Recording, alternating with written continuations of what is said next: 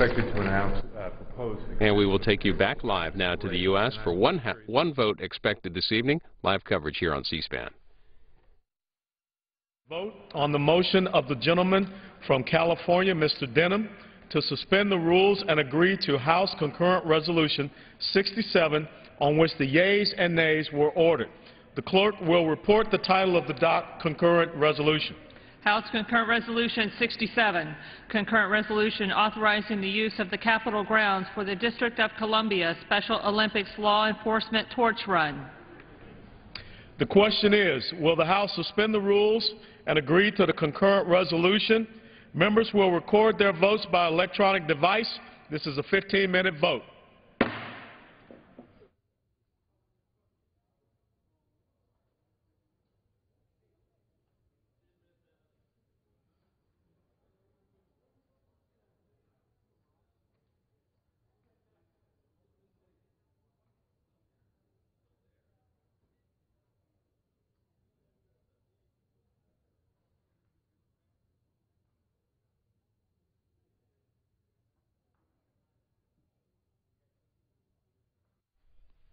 Just one recorded vote on the House schedule this evening. This is on a bill they debated just a short while ago, authorizing the use of the Capitol grounds for the District of Columbia Special Olympics Law Enforcement Torch Run. A short while ago, the House did pass by a voice vote a bill that renews the Generalized System of Preferences. This is a 35-year-old program that allows duty-free entry of some 4,800 products from about 130 nations.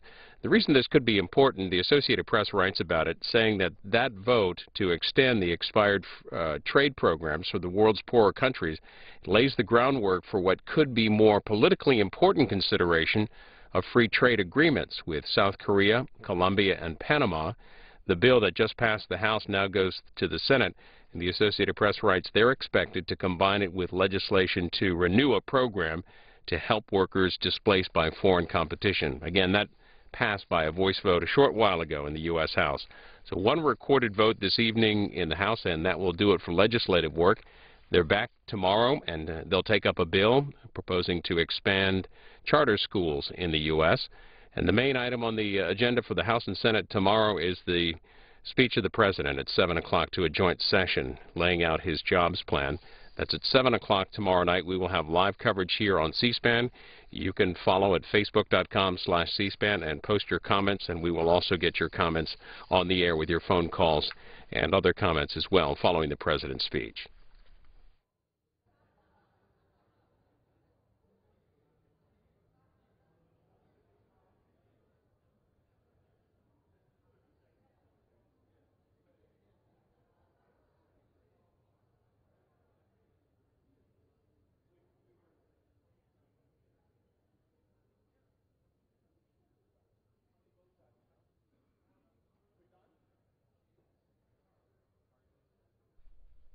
Just one recorded vote in the House this evening. This one, 15-minute vote. Earlier today, we spoke to a Capitol Hill reporter about the upcoming agenda in the fall in the House and Senate, looking at jobs, free trade agreement, and the President's speech tomorrow night.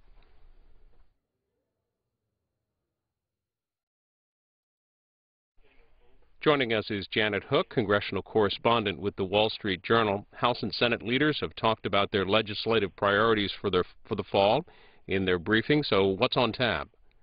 Well, the first big event of the session of Congress actually is coming from the White House, which is that President Obama is coming down to Capitol Hill tomorrow night to address a joint session of Congress and speak about his jobs proposal. So the leadership is anticipating that pretty eagerly. On the Senate floor right now is a patent reform bill that is a major piece of legislation. I'm not sure. That'll probably keep the Senate pretty busy all week. The patent legislation in the U.S. Senate and in the House, they're continuing to work on. Later in the week, they'll be working on a number of different bills. But in terms of getting the big stuff done, in terms of spending bills, which have to be done by the end of the month, how's that going? Well, you know, one of the big decisions about the appropriations bills was made as part of the budget deal that led to the increasing in the debt ceiling, which is that they set an overall spending ceiling for all of the appropriations bills. but they have to move individual appropriations bills to kind of carry out the line-by-line spending decisions. The House has passed several. The Senate hasn't moved many. The wheels on that are grinding. However, one thing's clear is that they're not going to get those bills done in time for the beginning of the fiscal year on October 1st. So Majority Leader Cantor confirmed what was kind of obvious in his briefing today, which is that they'll have to do a continuing resolution to temporarily extend funding. He said probably through the end of the fall. Now, part of that debt agreement was also the creation of this joint committee, the Deficit Reduction Committee. Their first meeting is on Thursday. What's expected? That'll be a meeting where they'll just have opening statements from each of the 12 members of the committee. They'll have some discussion about committee rules and procedures. No substantive decisions will be made or proposals made, but it'll be interesting to hear what each of the 12 members has to say about how they see the mission of the committee. Now, remind our viewers the timetable and the work that faces the committee by Thanksgiving. Well, the committee was appointed to propose additional deficit reduction measures. The deal that was adopted at the beginning of August to raise the debt ceiling cut spending by about $900 billion over 10 years.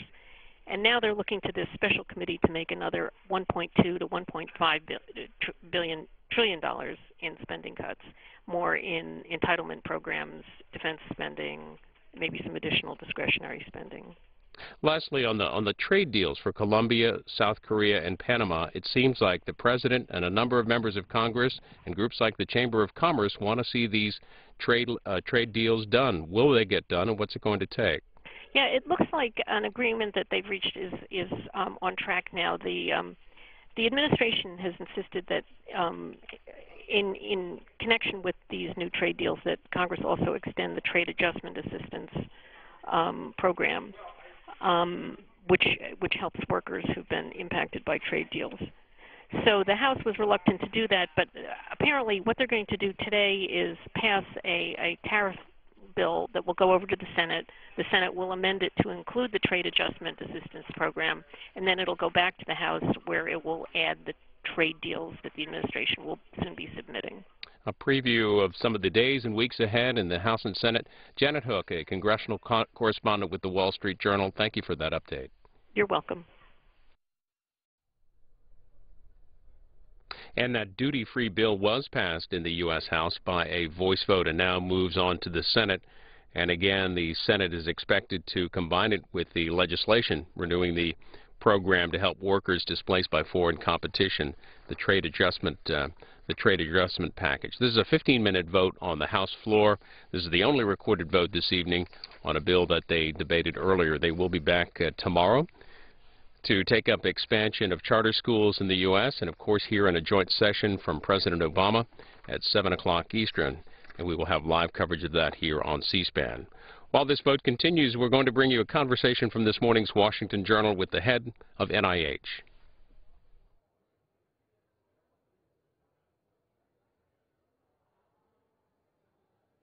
Collins is director of the National Institutes of Health. Good morning. Good morning. Great to be with you this morning, Libby. Tell us about the NIH and what types of work you do. The National Institutes of Health is the largest supporter of biomedical research in the world. We fund investigators all over the country and a few outside the country who are conducting research, some of it basic, some of it translational, some of it clinical trials, that aim to try to improve human health, to reduce disabilities, to improve longevity, to save lives. And we're pretty good at it, actually.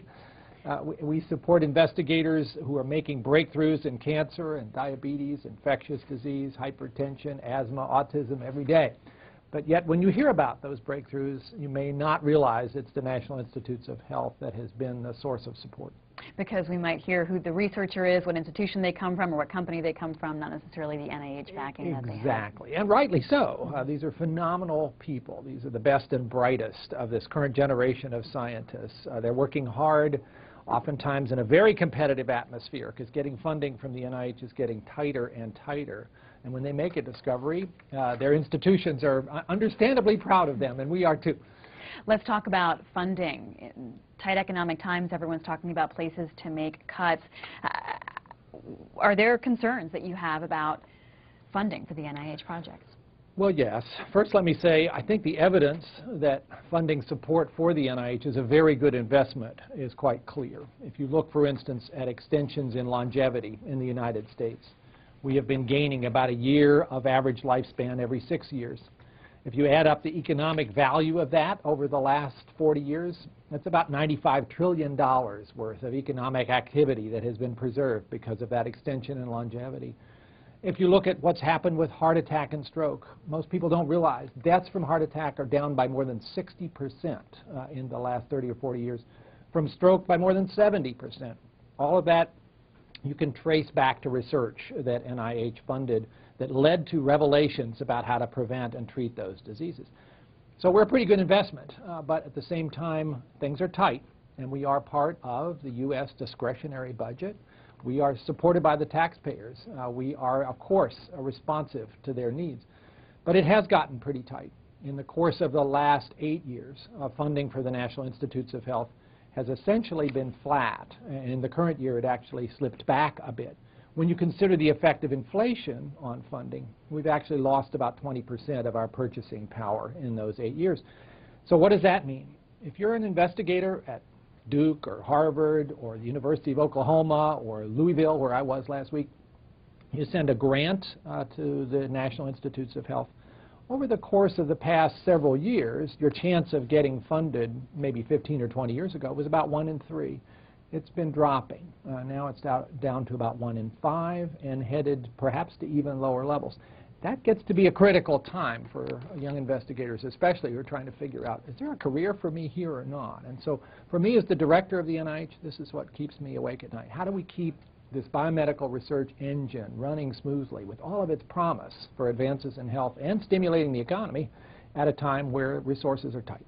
Nature magazine recently reported just this week that you are in danger of, this is our guest, Dr. Francis Collins, is in danger of missing a self-imposed deadline for his hallmark priority, establishing an NIH center dedicated to speeding new treatments from the lab to the clinic. Collins vowed that the $723 million National Center for Advancing Translational Sciences would be up and running by the 1st of October in time for him to oversee its first year of operation. But Congress must explicitly approve it in a 2012 spending bill, a document that has yet to be written, in which the distracted, highly polarized body seems unlikely to pass before the new fiscal year begins 1 October.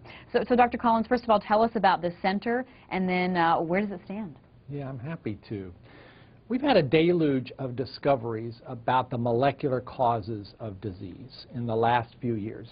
I should say I had a privilege prior to this current job of leading the Human Genome Project. That led to a reading out of the instruction book for human biology, the DNA manual, the genome. And from that, and the tools that were developed along with it, we've made it possible to uncover causes of now about 4,000 diseases. Some of them common, many of them rare, but we didn't know that before. Now we have the opportunity to take that basic molecular understanding and move that forward towards new treatments and preventions and better diagnostics. But that doesn't just happen because you hope it will. It needs an investment, and that's what's called translation. The private sector does a great deal of work in this space, but it's clear that the opportunities here are exceptional. It's also clear that the pipeline for developing a new therapeutic after you've made a discovery about the cause of the disease is a very error-prone, failure-prone, long and prolonged process. It takes on average about 14 years to get from a discovery to a treatment, and the failure rate's about 98%. Now, an engineer looking at that would go, huh? That's your pipeline? Oh, come on, there must be some things you could do here. And the science has come along in very exciting ways to enable us to tackle this translational process in a whole new kind of creative atmosphere. That's what I think NIH could contribute in partnership with the private sector, and we've talked a lot with people in pharma and biotech, and they're generally pretty enthusiastic about this. And hence, the need to establish this new NIH Center for Advancing their Translational Sciences, NCATS as we call it. I would love to see this get started on October 1st. It is obviously a circumstance where there's a lot going on in this town, and it can't be started without a congressional appropriation. I think in both parties, in both houses, there is a fair amount of enthusiasm for this, but it isn't quite clear in the current circumstance how it will come to pass and whether it will be possible as soon as next month. But I think the compelling argument for the value of this will win the day. It just may take a little longer than the next 3 weeks. We'll see. Francis Collins is director of the National Institutes of Health. Let's get to the phones. Bonnie is a Democrat in Middletown, New Jersey. Good morning. Yes, good morning. I would like to ask about the crisis that we face now with the shortage of generic drugs. A lot of them used for chemotherapy, but there are also other serious drug problems. And it's wonderful that we're creating new drugs, but if we're dying because we can't get the drugs that have already been created, and I think a big problem is, I just don't understand. There was 178 drug shortages in 2010. That's up from 157 the year before, and only 55, which is more than it should be 5 years prior. We're getting parts from China, hip replacements and knee replacements. People go through surgery and wind up worse off than they already are. So before we start innovating, maybe we should get a handle on what we already have, what keeps us alive, and getting it back in this country. And here's a story from the New York Times touching on what Bonnie is mentioning. U.S. scrambling to ease a shortage of vital medicine. We had the author of this piece, Gardner Harris, on last week, and he talked about how cancer drugs are in short supply and people need to take a regimented dose, and their doctors are coming up empty in occasions. It's a very serious problem. The callers put it forward very clearly in terms of the growing problem we have with shortage of drugs. These are primarily generic drugs that are off patent, which means they are being produced by companies with a pretty limited profit margin.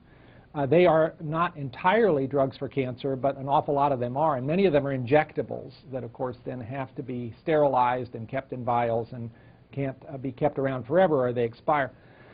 The problem seems to have grown in part because of manufacturing problems. If you're a company making a generic drug, you're not making a lot of money on that, you run into a manufacturing problem. What's really the motivation to try to fix it as opposed to say, oh, you know, let's just move on and do something else? But for patients, some of these drugs are critical, and we can't, I think, turn our heads and look away from this in any sense at all. This is a very serious problem. My boss, Secretary Kathleen Sebelius, has gotten very engaged in this issue. There are high-level conversations going on within the government and the Congress about ways that might be imagined that could help with this situation. Just like to assure the caller that this has gone from being perhaps a little bit off on the side as an issue to very much front and center as something that needs to be addressed and addressed effectively. Barbara in Sarasota, Florida, Independent Line. Good morning. Good morning. I'm very concerned about how our tax dollars are spent here for health in general, the research, the medications, etc., for us, the U.S. citizen. Because I believe, well, now because of the economy, so many people depend on Medicaid, and plus there's the Medicare people. I'm on Medicare myself. But I'm concerned about the monies that go towards Medicaid for the illegals and monies that go towards the illegals that have the kids here, that get automatic citizenship, which means that we're paying for all their health care, but not for the U.S. citizen and not for things that we really need, like research. Well, I appreciate the plug for research, because that's very much what my job entails as the director of the National Institutes of Health. That's what we do. We are, I guess, in terms of health care, we are the supporters of the data that people need in order to make good decisions about what works and what doesn't. We are the source of evidence. That's what we try to do. And I might say we are also working very hard in ways to try to reduce the incidence of certain diseases. Let me just give one example, that being diabetes. There were reports in the press just in the last day about research that shows that perhaps as much as 80% of diabetes could be prevented by a combination of interventions that involve lifestyle changes, which means diet and exercise, keeping your body weight down, avoiding cigarettes, and avoiding excess alcohol. The numbers here are pretty stunning when you consider how many people are coming down with this disease. It's an epidemic. And yet here, based upon rigorous research, it's clear that we could prevent that. We've actually been working quite closely recently with the Medicare and Medicaid folks to try to see how some of this research data could be introduced more systematically for people, particularly those at high risk for diabetes, to be able to prevent that disease. And that would, of course, both advantage those people substantially, because this is a disease with many terrible consequences: blindness, amputations, kidney failure, heart disease, and so on. It also could save our country an enormous amount of money in terms of the economy. We're spending this year about $170 billion in care of people with diabetes. And probably we could reduce that substantially if we were successful in implementing these prevention strategies that we know could work. Here's a story from Time magazine. It says new research suggests that when it comes to lowering your risk of diabetes, the more changes you make to your diet and lifestyle, the better. And this is a study led by Jared Reese at the National Heart, Lung, and Blood Institute. It's a report in the Annals of Internal Medicine that people can lower their risk. Right, that's the study I'm referring to. Exactly. And I would say the National Heart, Lung, and Blood Institute is part of NIH. Those are our guides. Our guest is the director of the NIH, Dr. Francis Collins. He previously was the director of the National Human Genome Research Institute at NIH from 1993 to 2008, working on the Human Genome Project and mapping the human genome. And you actually did that for yourself. You had folks look at your makeup and find out what you might be more at risk for. And one of the things that came up, you've talked to USA Today and other news outlets, was more of a risk for diabetes. Indeed. We have discovered in the course of the last 4 or 5 years more than 1,000 of these genetic risk factors by surveying DNA from lots and lots of people. And it is possible now, although it's still a very imperfect science, we have a lot more to learn, for individuals to find out something about their own risk and perhaps use that information to do their own plan for prevention. This seems like a good idea. Right now, prevention is done largely as one size fits all. You sort of get the same recommendations as everybody else, but we're all different people. And if you could optimize that by your personal risks based on your family history, your environment, and your DNA, that might be more effective. It would work better. It might be more motivating for people who are otherwise inclined to sort of not pay a lot of attention. So having that view, I decided I should actually go through the process myself. And I did have my DNA tested by 3 companies that market this now directly to consumers. I was curious to see if they'd get the same answer. I did use an assumed name because I didn't want them to know it was the director of the Human Genome Project. I thought they might work a little harder if that was the case. The good news was they really did get the same answers as far as the DNA analysis. The lab methods are now very good. They had some differences in the interpretation of what it meant because this field is changing so rapidly. But they all agreed that my risk for diabetes was substantially higher than the average person, which was kind of a surprise to me. I don't have that in my family. But on the other hand, this was 2 years ago. I was aware that people in my family, except for me, were pretty lean and pretty athletic. And I had ceased to be either of those. So it got my attention. On this vote, it basically motivated me to step back. The nays are 0, 2/3 being in the affirmative. The rules are suspended. The concurrent resolution is agreed to, and without objection, the motion to reconsider is laid on the table.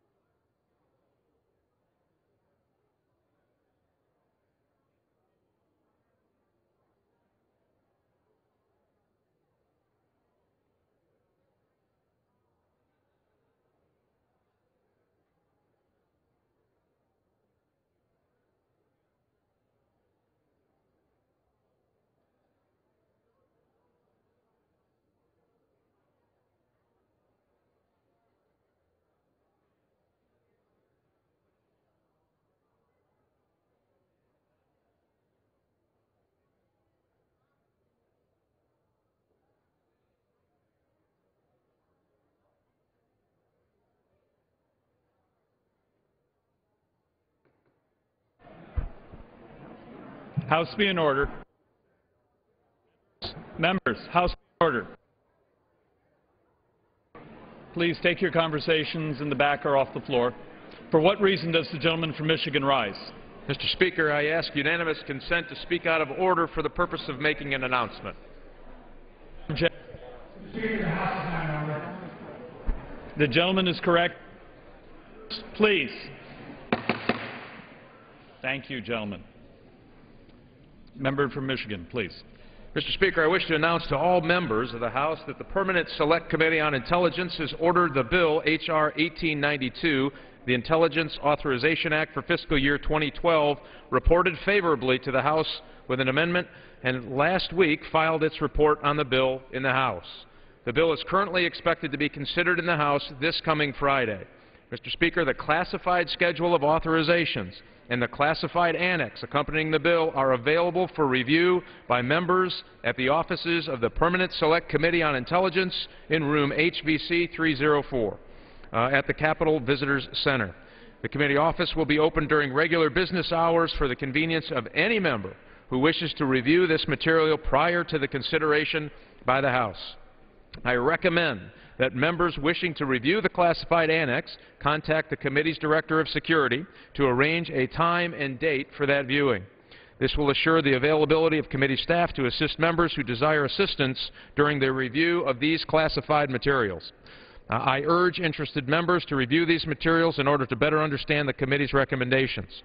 The classified annex to the committee's report contains the committee's recommendations on the intelligence budget for fiscal year 2012 and related classified information that cannot be disclosed publicly. It is important that members keep in mind the requirements of Clause 13 of House Rule 23, which only permits access to classified information by those members of the House who have signed the oath provided in that rule. If a member has not yet signed the oath but wishes to review the classified annex and schedule authorizations, The gentleman is correct. Members, please take your conversations off the floor. The gentleman may proceed. if the member has not yet signed that oath but wishes to review the classified annex and schedule of authorizations, the committee staff can administer the oath and see to it that the executed form is sent to the clerk's office. In addition, the committee rules require that members agree in writing to a non-disclosure agreement. The agreement indicates that the member has been granted access to the classified annex and that they are familiar with the rules of the House and the committee with respect to the classified nature of that information and the limitations on disclosure of said information. I want to thank the Speaker. The gentleman's statement will appear in the record. For what purpose does the gentlewoman from North Carolina rise? Thank you, Mr. Speaker. I send to the desk a privilege report from the Committee on Rules for filing under the rule. Clerk will report the title. Report to accompany House Resolution 392, resolution providing for consideration of the bill, H.R. 2218, to amend the charter school program under the Elementary and Secondary Education Act of 1965, and providing for consideration of the bill, H.R. 1892, to authorize appropriations for fiscal year 2012 for intelligence and intelligence-related activities of the United States government, the Community Management Account, and the Central Intelligence Agency Retirement and Disability System, and for other purposes. Referred to the House calendar and ordered printed. Members, please, if we can take our conversations in the back or off the floor. The House will be in order. For what purpose does the gentleman from Ohio seek recognition? Mr. Speaker, I rise to a point of privilege. The Chair has been made aware of a valid basis for the gentleman's point of personal privilege. The gentleman from Ohio is recognized for 1 hour.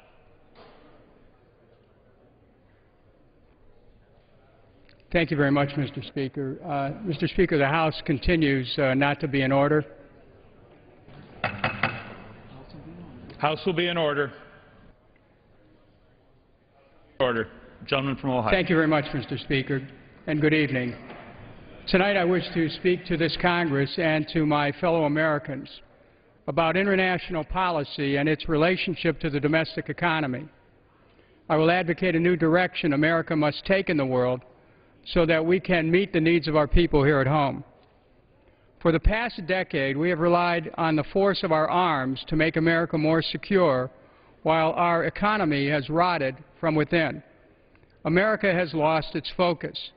America has spent more time concentrating on reshaping the world than on reshaping our economy. We have created hundreds of thousands of jobs for military contractors all over the world, while we have just learned that we created 0 jobs here in the United States in the month of August as unemployment continues to stay above 9%. Will suspend. House will be in order. Once again, let's ask members to take their conversations off the floor. House will be in order. Gentleman from Ohio. As I said, Mr. Speaker, we have created hundreds of thousands of jobs for military contractors all over the world. Well, we just learned that we created 0 jobs here in America in the month of August as unemployment continues to stay above 9%. Come home, America. We must begin to focus on things here at home and stop roaming the world looking for dragons to slay. We have a right and an obligation to defend our nation. But that includes working for peace abroad and seeking peaceful resolution of conflict, a capacity that, at our peril, we have not fully developed. I call it strength through peace. It involves the pursuit of what President Franklin Roosevelt called the science of human relations, actually engaging those with whom we disagree most to attempt to find a way to coexist peacefully. As Dr. Martin Luther King said at a commencement address at Oberlin College in 1965, and I quote, "We must find some alternative to war and bloodshed.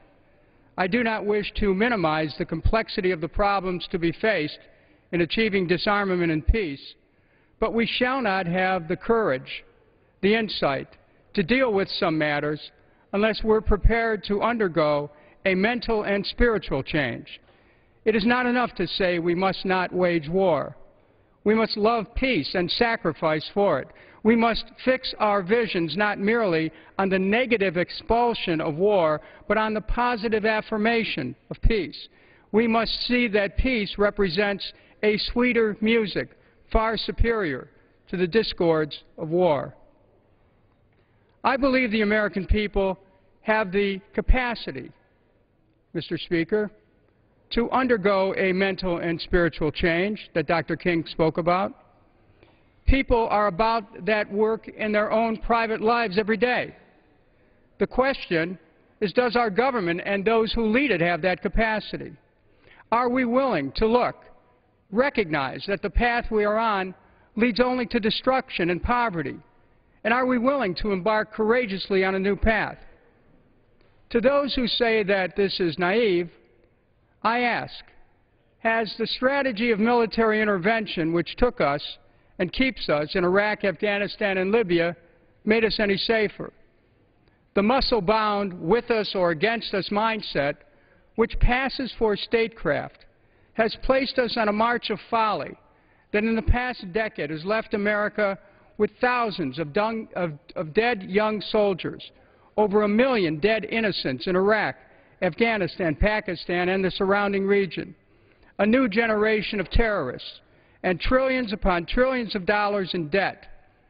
As poverty and war are twins, so are peace and prosperity. Mindful of the disaster of spreading war, and being an eyewitness as to how easily our country seems to be drawn into conflict, I traveled to Syria this year to personally urge their leader to stop the violence, respect human rights, and begin a transition towards a democratic state. I traveled to Lebanon afterwards to hear the concerns of leaders who also believe that the violence in Syria must stop and who are concerned that if radical fundamentalism results in the overthrow of the government of Syria, the same fires will consume their own nation, which developed a fragile political and social consensus after years of civil war. I opposed the war in Libya, not only because it was unconstitutional, but it was and is unconscionable for America to precipitate or take sides in a civil war, spending perhaps billions in an ongoing war while we have so many pressing needs here at home. We went in because we were told a massacre could occur, yet civilian casualties in Libya mounted after the U.S. and NATO attacked. In order to please the West, Libya cooperated with the CIA, got rid of its WMD program in 2004, and privatized its economy, resulting in massive unemployment. It was moving through to reform even as the West moved to bomb it, and inexplicably, the West moved to take up the cause of elements of al-Qaeda spurring the rebels. We learned today from CNN that the rebels and fighters aligned with them are looting weapons warehouses across Libya, where as many as 20,000 surface-to-air missiles had previously been kept under lock and key. Western officials, perhaps the same geniuses who knowingly helped rebel elements with ties to al-Qaeda overthrow the Libya government, are now worried that the surface-to-air missiles and other weapons will get into the wrong hands. This lawless interventionism, spurred on by an unaccountable NATO which violates United Nations Security Council resolutions with impunity, this attempt to use force to bring others to subjection in the name of democracy actually has become a device for control over the wealth of other nations and the squandering of our own wealth and the spreading of poverty here at home. Did our government just wake up one day and discover that 14 million Americans are out of work and that we need a massive program to put them back to work? No, it's known that for some time. War has become our great distraction.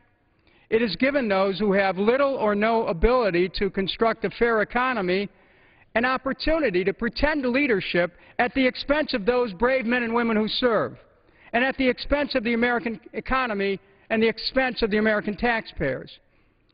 We can no longer afford participating in this war game of nations. I opposed the war in Afghanistan and have brought Congress to confront it several times because the U.S. has spent $1.5 trillion trying to democratize a tribal nation while failing to spend sufficient resources to protect our democracy here at home. The latest report is that we may be in Afghanistan through 2024 at the request of the Afghanistan government. This will cost us hundreds of billions, perhaps even trillions more. Doesn't it make more sense for America to come home at the request of and for the benefit of the American people? I led opposition in this Congress to the war in Iraq. 9 years ago, I warned this Congress that there was no reason to go to war against Iraq. I was asked at that time, whose side are you on, America's or the murderous dictator Saddam Hussein? Opposing that intervention was seen by some as coddling a murderous dictator.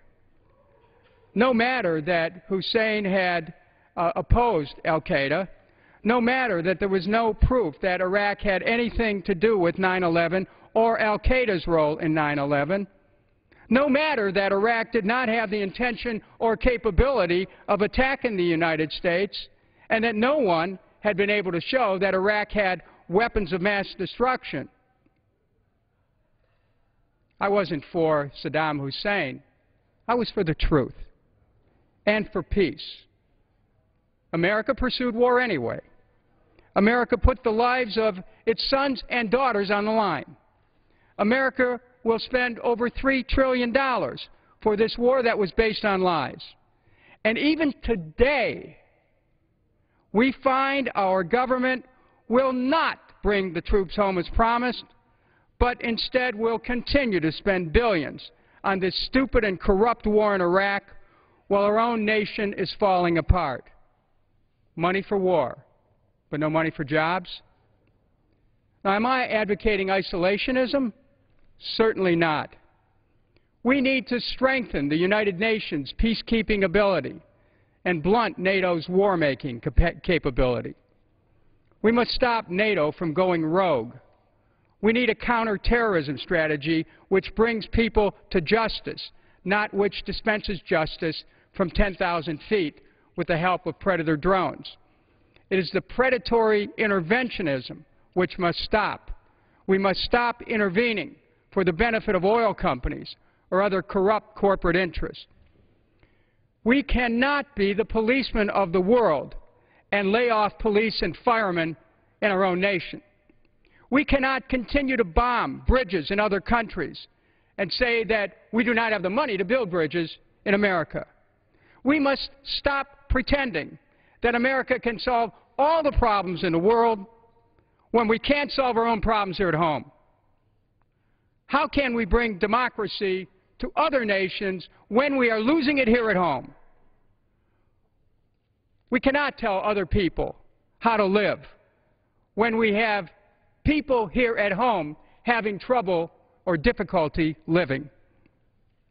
We should look to the wisdom of the book of Proverbs, where it was written, and I quote, "He who troubleth his own house shall inherit the wind."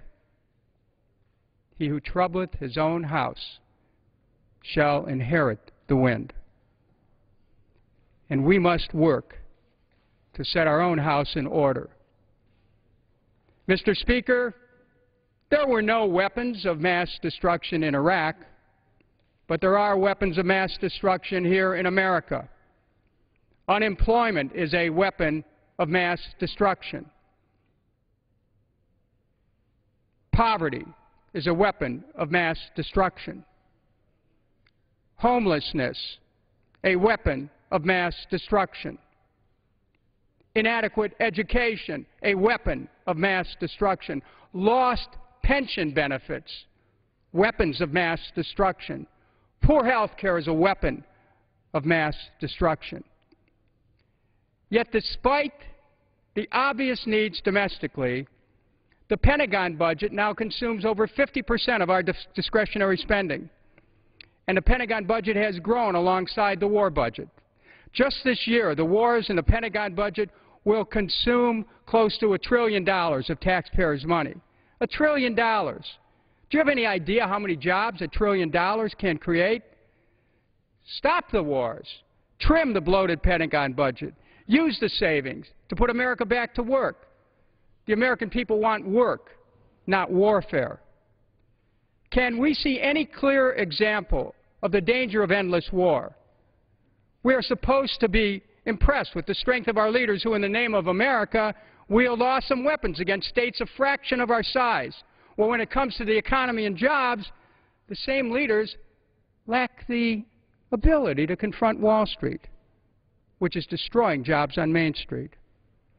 While spending trillions for unnecessary wars, the government bailed out the banks for $700 billion, refusing to link the bailout to mortgage modification, which would have helped millions of Americans stay in their homes. The Fed, which infamously looked the other way as the financial crisis was building and failed to properly monitor the overexposure of top banks, created $1.2 trillion out of nothing and gave secret emergency loans to some of the largest banks who helped to cause the financial collapse through reckless investments. This secret money created out of nothing, but backed by the full faith and credit of the U.S., is going to fuel an international financial system which siphons wealth out of the U.S., avoids paying taxes, takes American jobs, and moves them to low-wage climates. According to Bloomberg News, the $1.2 trillion peak on December 5, 2008, was almost 3 times the size of the federal budget deficit that year and approximates the amount of money, $1.27 trillion, that is due in unpaid principal on 6.5 million homes that are in or facing foreclosure. Secret loans went to Morgan Stanley for $107 billion, Citigroup $99.5 billion, Bank of America $91.4 billion, Goldman Sachs $69 billion, and to foreign borrowers including the Bank of Scotland $84.5 billion and a Zurich-based UBS AG $77.2 billion. How is it possible that banks too big to fail still exist? We all know these banks will fail again. The taxpayers will be asked to bail them out again to preserve the wealth of shareholders, bondholders, and executives again. The destruction of the middle class has been accelerated by the Wall Street manipulators, brought about the collapse of the housing market, destroyed trillions of wealth built into American homes. Risk, like taxes, is a yoke unfairly placed upon the shoulders of the middle class.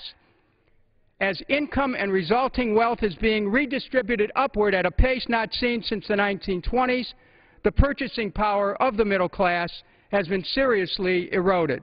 Americans have less equity in homes to fuel home equity loans to keep their consumer spending up. A third of all Americans owe more than their home is worth. How is it possible that 120 million Americans literally have no wealth, just debt?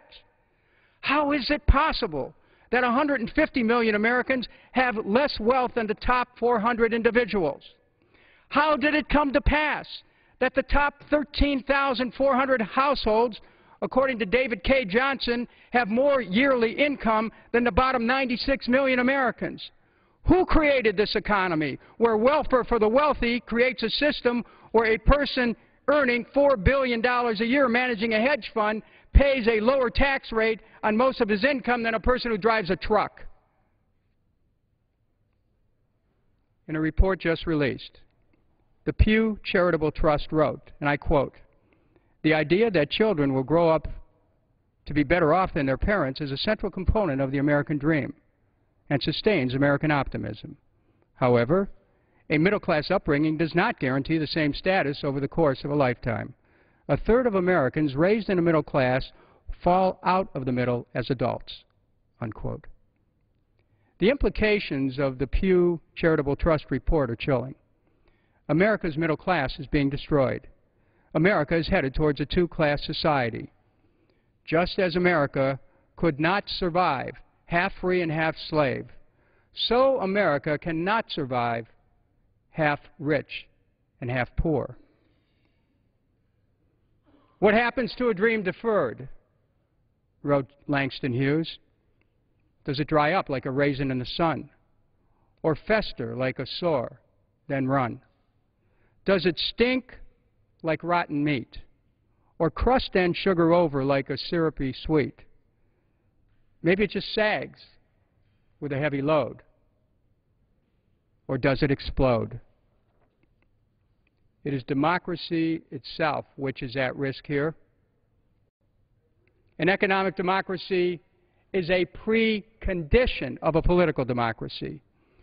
With endless wars, without solid jobs to sustain a middle class, a new national security state armed with the Patriot Act will exist primarily to provide surveillance of a growing, bristling poverty class. America knew this 40 years ago, 44 years ago, when on February 29th, 1968, the report of the National Advisory Commission on Civil Disorders, also known as the Kerner Report, pronounced, and I quote, "America is moving towards two societies, one black, one white, separate and unequal," unquote. Then the equalities were in lack of access to opportunities for jobs, housing, education, and social services. In 1998, 30 years after the Kerner Report, Senator Fred Harris said, quote, "There is more poverty in America. It is deeper, blacker, and browner than before, and it is more concentrated in the cities which have become America's poorhouses," unquote. The inequalities exist today. Just since January of 2009, unemployment has skyrocketed among African Americans from 12.7% to 16.7%. Among Hispanics, the unemployment rate is currently 11.3%. While intensifying among people of color, poverty today is colorblind. Foreclosures have spread through all American neighborhoods as a wildfire, consuming with it the hopes and dreams of millions. We had a moral urgency to address unemployment in the inner cities, but we failed as a society on that. We have learned that writ large in the fate of people who live in our cities has been the fate of those who live in the suburbs, because the same massive economic machinery that for generations was crushing the hopes of millions of inner-city Americans, banks who disinvested, insurance companies who redlined, businesses which pulled out, this same plague is now visited throughout America. The official unemployment figure of 9.1% conceals a much larger, more devastating picture in America. According to a recent study by Youngstown State University, the de facto unemployment rate as conceived and computed by their Center for Working Class Studies is 26.37%.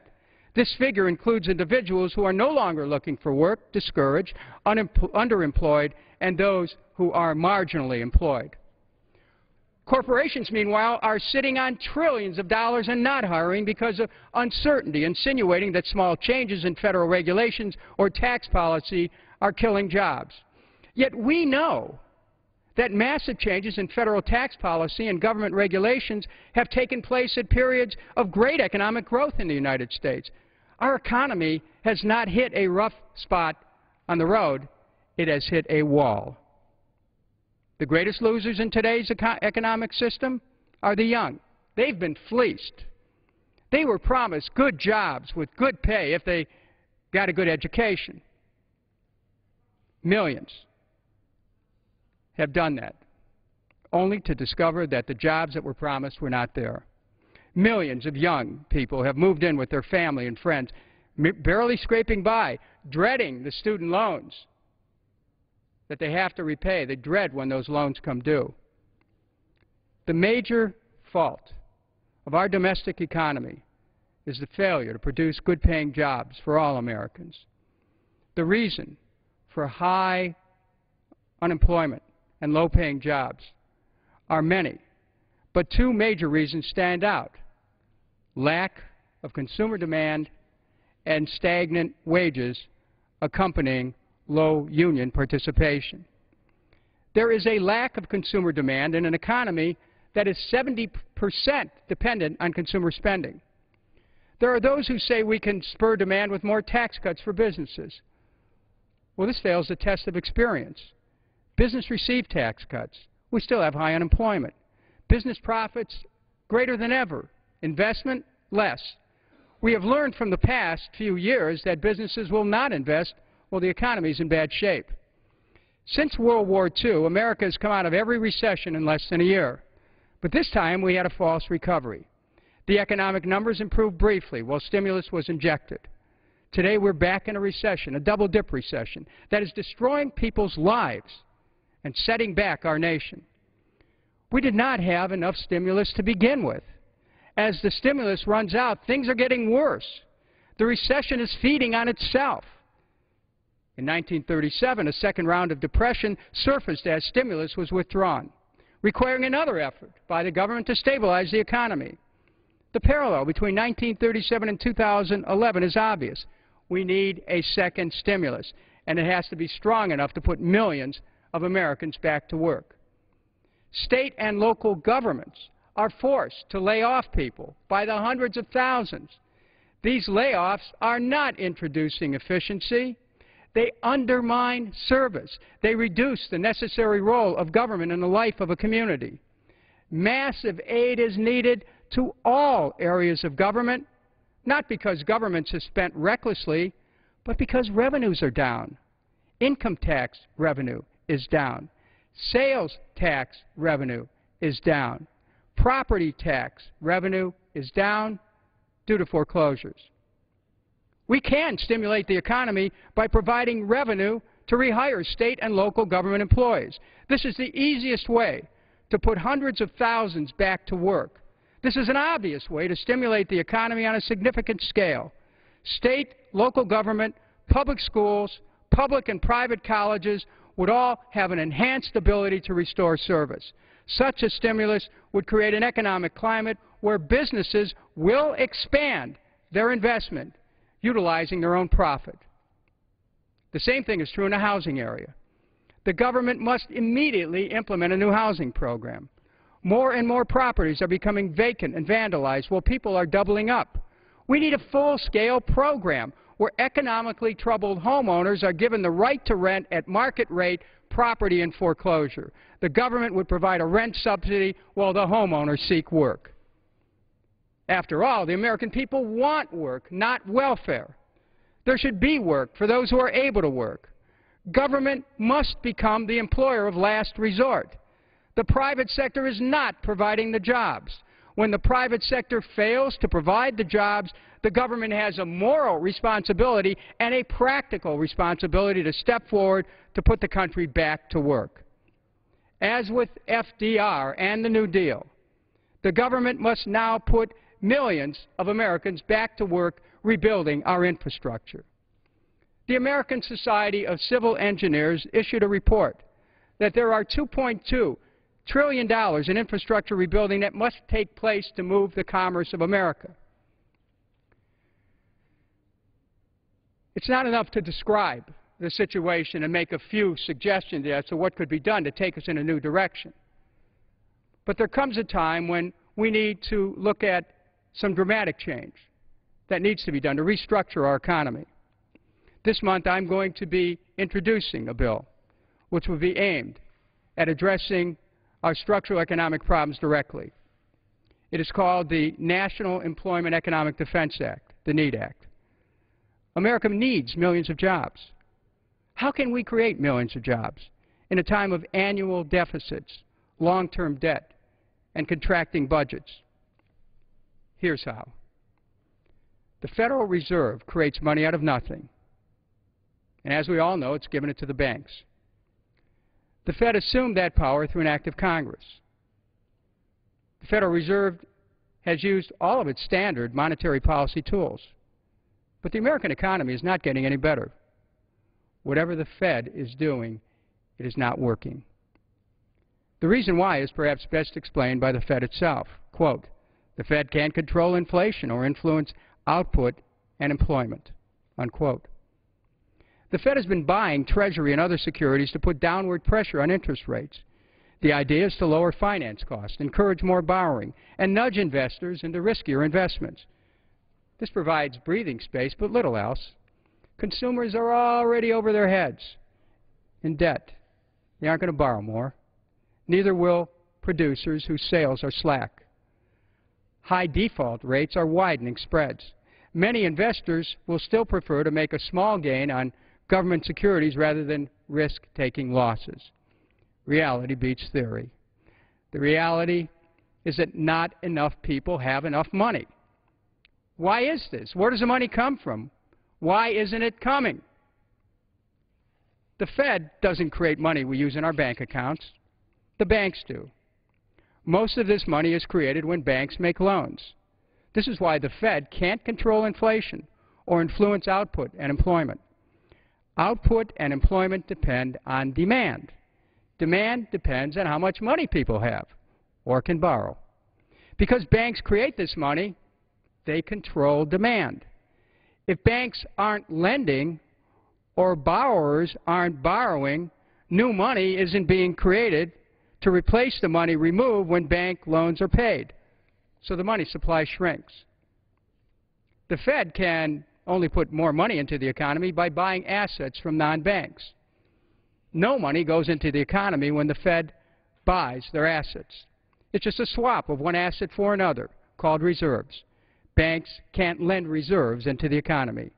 The non-bank sellers of assets are mainly large institutional investors. They don't spend much of the money they receive. They reinvest it in other assets. That's their business. But this churning of assets up into the stratosphere doesn't trickle down to earth, the real economy of families and shops, of small businesses, of roads and schools. That real economy is bypassed, and we know this.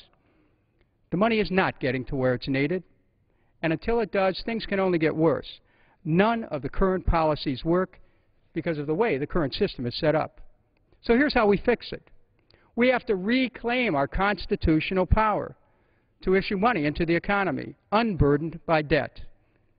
Last Congress, I introduced legislation to do just that, and I'll be reintroducing it next week. Here's what that legislation does. First, it ends the Fed's unaccountability by putting it under Treasury. Second, it ends fractional reserve banking, ending the bank's ability to control demand in our economy. And third, it empowers our nation to issue money directly into the economy to create jobs to rebuild our crumbling infrastructure, unhindered by debt and interest payments, creating millions of new, good-paying jobs. It gets the money to where it's needed the most. It gets the economy going and keeps it going. It avoids debt and deficits. It primes the pump of the economy.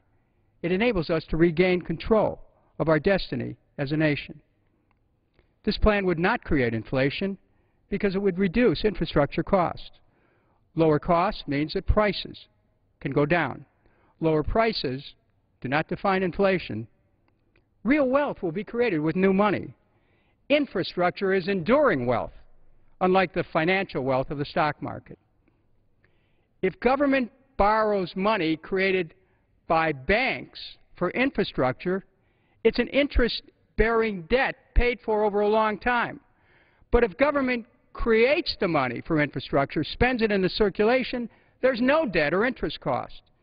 The same amount of money is created in either case, adding to the money supply by exactly the same amount. This is also a way to save the free enterprise system from self-destruction. The American people know what's going on in our economy. It's run by Wall Street for Wall Street. It's run by banks for banks. Unless we take a look at serious structural reforms, we are headed for a two-class society. The ability to coin or create money is an inherent power under Article 1, Section 8 of the United States Constitution. The NEED Act would enable government to invest in America. This coming Sunday, we will observe the 10th anniversary of a terrible blow to our nation's sense of security and confidence. We will never forget September 11th, 2001. But we also need to remember the enduring capacity of our nation to bounce back from tragedy. We need to remember what this country is made of. America is made of vision and courage. The courage and vision of Washington, Jefferson, and Adams to put lives, fortunes, sacred honor on the line for the purpose of freedom and independence. We are the country of FDR and the New Deal, of John F. Kennedy and the New Frontier, of LBJ and the Great Society. We are a nation of charismatic leaders like Ronald Reagan and Bill Clinton, who, agree with them or not, inspired a sense of optimism and confidence in America. We need to remember who we are. And perhaps in that act of remembering, we'll regain our confidence. We'll regain our economic strength. We'll regain our ability to put people back to work. We'll help millions save their homes. We'll protect the retirement security of the elderly. We'll ensure that our children will be able to obtain a college education and a job when they graduate. We'll restore our public institutions and the services they provide. We can do all of this and more, but we must ask that those who operate the engines of finance abandon their recklessness, their selfishness, and pledge allegiance to our nation and its people. We must demand that corporations pay a fair share of the taxes. We must end the offshoring of jobs and profits. Well, some of our leaders, with trembling hands and nervous eyes, have focused abroad, our country is falling apart from within. America was never meant for decline. America was always meant for an upward, uplit path. We must now correct our course. We must move away from trying to determine the fate of nations around the globe and focus on the fate of the one nation that must matter to us more than all others, the United States of America. Thank you. I yield back.